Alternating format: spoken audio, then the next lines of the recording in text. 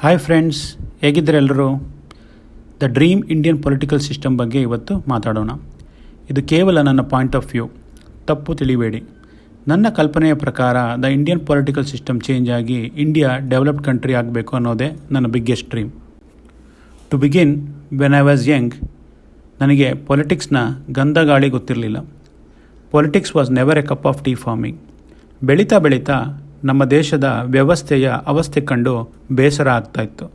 Especially election system ಕಂಡು ಕೋಪ ಬರ್ತಾಯಿತ್ತು. ವೋಟ್ ಮಾಡೋಕ್ಕೆ ಮನಸ್ಸೇ ಬರ್ತಾ ಇರಲಿಲ್ಲ. ಆದರೆ ಕರ್ತವ್ಯ ಅಂದ್ಕೊಂಡು, ಕರ್ಮಕಾಂಡ ಅಂದ್ಕೊಂಡು ವೋಟ್ ಮಾಡ್ತಾಯಿದ್ದೆ ಅಷ್ಟೇ, ಇಷ್ಟಪಟ್ಟು ವೋಟ್ ಮಾಡೋಕ್ಕೆ ನನಗೆ ಕಂಟೆಸ್ಟೆಂಟ್ಸ್ಗಳ ಬ್ಯಾಕ್ಗ್ರೌಂಡ್ ಗೊತ್ತಿರ್ತಿರಲಿಲ್ಲ. ಅವರ ಎಜುಕೇಷನ್ ಬಗ್ಗೆ, ಅವರ ಅಚೀವ್ಮೆಂಟ್ಸ್ ಬಗ್ಗೆ, ಅವರ ಕ್ರಿಮಿನಲ್ ಬ್ಯಾಕ್ಗ್ರೌಂಡ್ ಚೆಕ್ ಬಗ್ಗೆ ಏನೂ ಇನ್ಫಾರ್ಮೇಷನ್ ಇರ್ತಿರಲಿಲ್ಲ. ಕೆಲವೊಮ್ಮೆ ಇದ್ದರೂ ಅದು ಫೇಕ್ ಅನ್ನಿಸ್ತಾ ಇತ್ತು. ಎಲ್ಲರ ರೀತಿ ನಾನು ಕೂಡ ಯಾವುದೋ ಒಂದು ಪಕ್ಷದ ಸಿದ್ಧಾಂತಕ್ಕೆ ಒಲವು ತೋರಿ ಆ ಪಕ್ಷದ ಕಂಟೆಸ್ಟೆಂಟ್ಗೆ ವೋಟ್ ಮಾಡ್ತಾ ಇದ್ದೆ ಅಷ್ಟೆ. ಐ ಆಮ್ ಶ್ಯೂರ್ ಇದು ನನ್ನೊಬ್ಬನ ಸಮಸ್ಯೆ ಅಲ್ಲ. ನನ್ನ ರೀತಿಯೇ ಸುಮಾರು ಜನ ಯೋಚನೆ ಮಾಡಬಹುದು. ನಿಮ್ಮಲ್ಲಿ ಕೂಡ ಸುಮಾರು ಜನ ಈ ಮಾತನ್ನು ಒಪ್ಪಬಹುದು, ಕೆಲವರು ಒಪ್ಪದೇ ಇರಬಹುದು. That's fine, I am okay with that. ಈಗ ವಿಷಯಕ್ಕೆ ಬರೋಣ.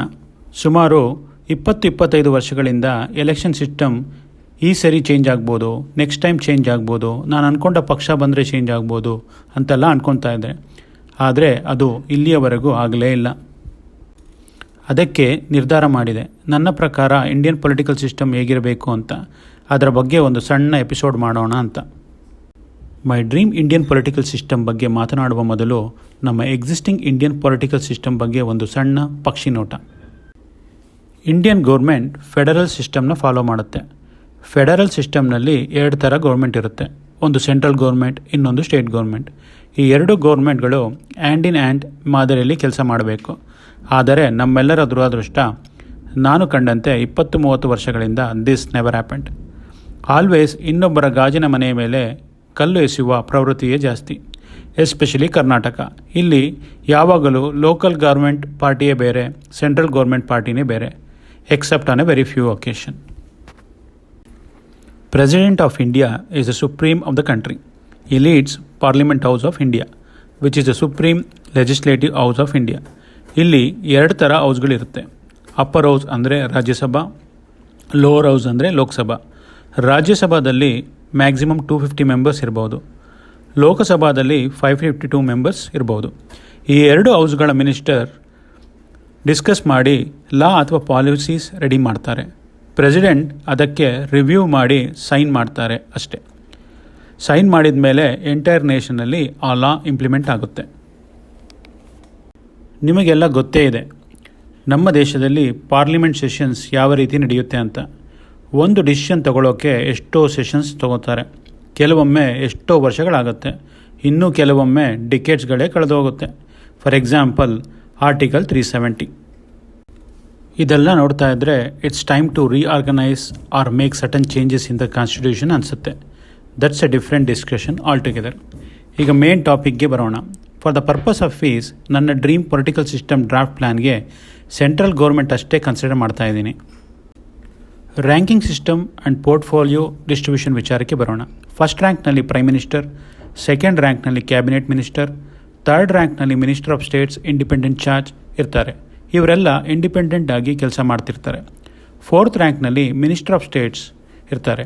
ಇವರು ಕ್ಯಾಬಿನೆಟ್ ಮಿನಿಸ್ಟರ್ಸ್ಗೆ ರಿಪೋರ್ಟ್ ಮಾಡ್ತಾ ಕೆಲಸ ಮಾಡ್ತಾರೆ. ಒಂದೊಂದು ಪೋರ್ಟ್ಫೋಲಿಯೋಗಳು ಸೂಪರ್ ಅನಿಸುತ್ತೆ, well defined on paper. For example home affairs, external affairs, finance, corporate affairs, defence, etcetera etcetera. ಸಮಸ್ಯೆ ಪೋರ್ಟ್ಫೋಲಿಯೋದಲ್ಲ. ಎಲೆಕ್ಷನ್ ನಿಲ್ಲೋ ಟೈಮ್ನಲ್ಲಿ ಕಂಟೆಸ್ಟೆಂಟ್ಸ್ಗಳಿಗೆ ಅಥವಾ ವೋಟ್ ಮಾಡೋ ಜನರಿಗೆ ಕಂಟೆಸ್ಟೆಂಟ್ಸ್ಗಳಿಗೆ ಮುಂದೆ ಯಾವ ಪೋರ್ಟ್ಫೋಲಿಯೋ ಸಿಗುತ್ತೆ ಅಂತ ಗೊತ್ತೇ ಇರೋದಿಲ್ಲ. ಅದೇ ದೊಡ್ಡ ಸಮಸ್ಯೆ. ನಮ್ಮಿಂದ ಎಲೆಕ್ಟ್ ಆದವರು ಸ್ಪೆಸಿಫಿಕ್ ಪೋರ್ಟ್ಫೋಲಿಯೋಗೆ ಕೇಪಬಲ್ ಇದ್ದಾರೋ ಇಲ್ವೋ ಅನ್ನೋದೇ ಗೊತ್ತಾಗಲ್ಲ. ಎಲೆಕ್ಷನ್ಸ್ ಮುಗಿದ ಮೇಲೆ ಅರ್ಹತೆ ಆಧಾರ ಕನ್ಸಿಡರ್ ಮಾಡದೆಯೇ ಯಾರ್ಯಾರಿಗೋ ಯಾವುದ್ಯಾವುದೋ ಪೋರ್ಟ್ಫೋಲಿಯೋ ಹಂಚ್ತಾರೆ. ಎಲೆಕ್ಷನ್ಸ್ ಮುಗಿದ ಮೇಲೆ ಮಿನಿಸ್ಟರ್ಸ್ಗಳು ಕಿತ್ತಾಡ್ತಾ ಇರ್ತಾರೆ, ನನಗೆ ಈ ಪೋರ್ಟ್ಫೋಲಿಯೋ ಬೇಕು, ನನಗೆ ಆ ಪೋರ್ಟ್ಫೋಲಿಯೋ ಬೇಕು ಅಂತ. ಕೆಲವರಂತೂ ನನಗೆ 1 ಸಾಕಾಗಲ್ಲ, 3-4 ಬೇಕು ಅಂತಾರೆ. ಸುಮಾರು ಸರಿ ಪ್ರೈಮ್ ಮಿನಿಸ್ಟರ್ ಹತ್ರ ಎಷ್ಟೋ ಪೋರ್ಟ್ಫೋಲಿಯೋಗಳು ಹಂಗೆ ಉಳ್ಕೊಂಬಿಟ್ಟಿರುತ್ತೆ ಸುಮಾರು ತಿಂಗಳು ತನಕ.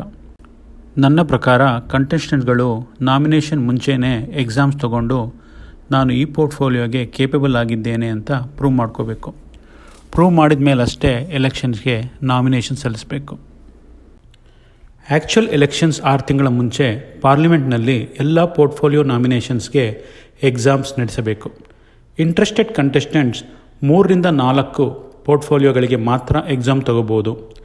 ಪ್ರೈಮ್ ಮಿನಿಸ್ಟರ್ ಆಗ ಬಯಸೋರು ವಿವಿಧ ಪೋರ್ಟ್ಫೋಲಿಯೋಗಳಲ್ಲಿ ಕೆಲಸ ಮಾಡಿ ಮಿನಿಮಮ್ 15 ಇಯರ್ಸ್ ಎಕ್ಸ್ಪೀರಿಯನ್ಸ್ ಹೊಂದಿರಬೇಕು.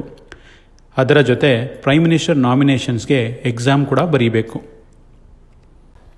ಎಲ್ಲ ಪೋರ್ಟ್ಫೋಲಿಯೋ ಎಕ್ಸಾಮ್ಸ್ಗೂ ಫಾಲೋಯಿಂಗ್ ಕಾಮನ್ ಸಬ್ಜೆಕ್ಟ್ಸ್ಗಳಿರಬೇಕು: Indian tradition culture and its importance, Indian history and geography, Indian political system, basic economics, finance, etcetera etcetera. More importantly ಪ್ರತಿಯೊಬ್ಬರು ಸೈಕಾಲಜಿ ಟೆಸ್ಟ್ ತೊಗೊಂಡಿರಬೇಕು. IQ ಆ್ಯಂಡ್ ಎಮೋಷ್ನಲ್ ತೊಗೊಂಡು pass ಆಗಬೇಕು ಹಾಗೂ prove ಮಾಡಬೇಕು ತಾವು ಸ್ಟೇಬಲ್ ಮೈಂಡೆಡ್ ಹಾಗೂ capable of handling any crisis ಅಂತ. ಎಲ್ಲರಿಗೂ ಅಡ್ಮಿನಿಸ್ಟ್ರೇಷನ್ಸ್ ಕೇಪಬಿಲಿಟಿ ಇರಬೇಕು. ಕ್ವಾಲಿಫಿಕೇಷನ್ ಬೈ ಎಜುಕೇಷನ್ ಅನ್ನೋದು ನನ್ನ ಮೊದಲ point. Only qualified can nominate himself for A specific portfolio. ಇದರಿಂದ ಜನರಿಗೆ ಸ್ವಲ್ಪ ಕಾನ್ಫಿಡೆನ್ಸ್ ಬರುತ್ತೆ ಎಲೆಕ್ಟ್ ಮಾಡೋದಕ್ಕೆ. Once qualified and nominated for a portfolio, within 2 weeks ಎಲ್ಲ ಕಂಟೆಸ್ಟೆಂಟ್ಸ್ ತಮ್ಮ ಪೋರ್ಟ್ಫೋಲಿಯೋಗೆ ತಕ್ಕಂತೆ 5-ಇಯರ್ ಪ್ಲ್ಯಾನ್ ಪ್ರೆಸೆಂಟ್ ಮಾಡಬೇಕು, with quarterly and yearly breakup plan along with crisis backup plan. Doordarshan ಚಾನೆಲ್ನಲ್ಲಿ ಈ ನಾಮಿನೇಟೆಡ್ ಕಂಟೆಸ್ಟೆಂಟ್ಸ್ಗಳ five year plan presentation live telecast ಆಗಬೇಕು ಹಾಗೂ ಲೈವ್ ವೋಟಿಂಗ್ ಬೈ ಮೆಸೇಜ್ ನಡೆಸಬೇಕು. ವೋಟಿಂಗ್ ಮಾಡೋರು ಆಧಾರ್ ಕಾರ್ಡ್ ಹಾಗೂ ಫೇಸ್ ಲಾಗಿನ್ ಕಾಂಬಿನೇಷನಿಂದ ವೋಟಿಂಗ್ ಅಪ್ಲಿಕೇಶನ್ ಲಾಗಿನ್ ಮಾಡಬೇಕು ಹಾಗೂ ವೋಟ್ ಮಾಡಬೇಕು. ಪ್ರತಿಯೊಂದು ಪೋರ್ಟ್ಫೋಲಿಯೋಗೂ ವೋಟ್ ಮಾಡೋ ಆಪ್ಷನ್ ಇರಬೇಕು.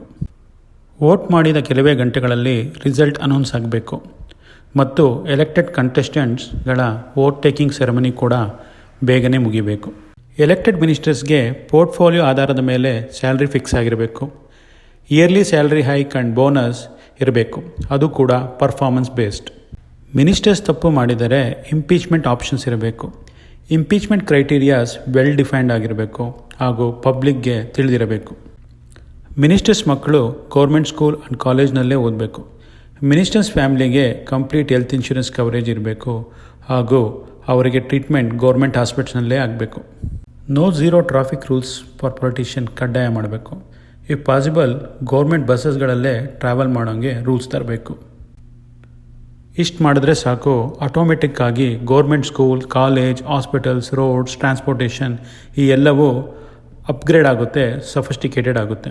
ಮಿನಿಸ್ಟರ್ಸ್ಗಳ ವರ್ಕ್ ಪ್ರೋಗ್ರೆಸ್ ಟ್ರ್ಯಾಕ್ ಮಾಡಬೇಕು ಹಾಗೂ ಅವರಿಗೆ ಅಕೌಂಟಬಿಲಿಟಿ ಕೊಡಬೇಕು.